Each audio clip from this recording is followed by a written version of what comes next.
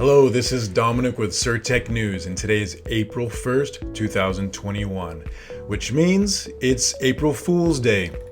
But have you ever wondered where the holiday of tricks and practical jokes came from? According to the History Channel, many historians suspect that the holiday dates all the way back to the year 1582, when France ditched the Julian calendar that celebrated the beginning of the year as the first of spring, and went with the Gregorian calendar that set it for what we currently use, January 1st. It took some time for the populace to catch on to this change, and those who got confused and were caught still celebrating the new year in the spring were called April Fools.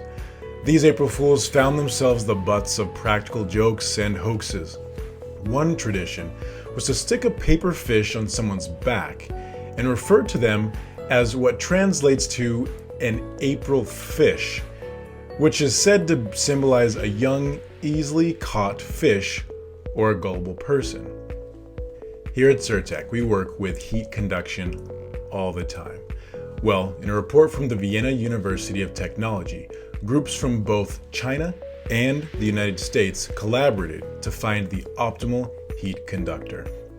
This research is useful for electronics when computer chips must dissipate heat as quickly as possible in order to avoid destroying the chip.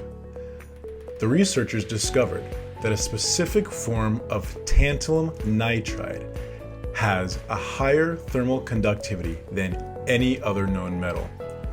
They published their findings in the scientific journal Physical Review Letters. American Well Services has purchased the assets of Pioneer Well Services in the Permian Basin. American Well Services is owned by Argonaut Private Equity, a fund based in Tulsa, Oklahoma.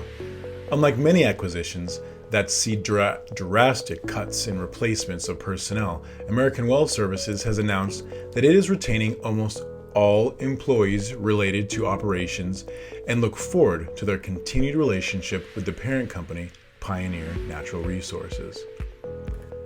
So, you've heard that the ship caught in the Suez Canal was finally freed this week by Dutch engineers. Here are a few figures to help put into perspective what a monumental dilemma it posed, both engineering-wise and economically. First off, the Suez is 193 kilometers long, and it carries 12% of worldwide trade and 10% of worldwide oil every day.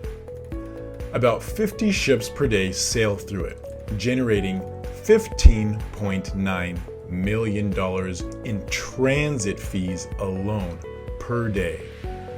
All that stopped as the canal had become impassable for a full 6 days. So you do the math. The ship that was caught in it is called the Ever Given. It is one of the world's largest container ships, clocking in at 400 meters in length, which is about a quarter of a mile. That's longer than the Empire State Building is tall. When it was caught, it was carrying over 20,000 shipping containers. Links for all these stories are in the description below. Be sure to leave a like and a comment below. And if you haven't yet, please subscribe to our channel as we're coming out with more news, science, and industry talk all the time. And of course, thanks for watching Certek News.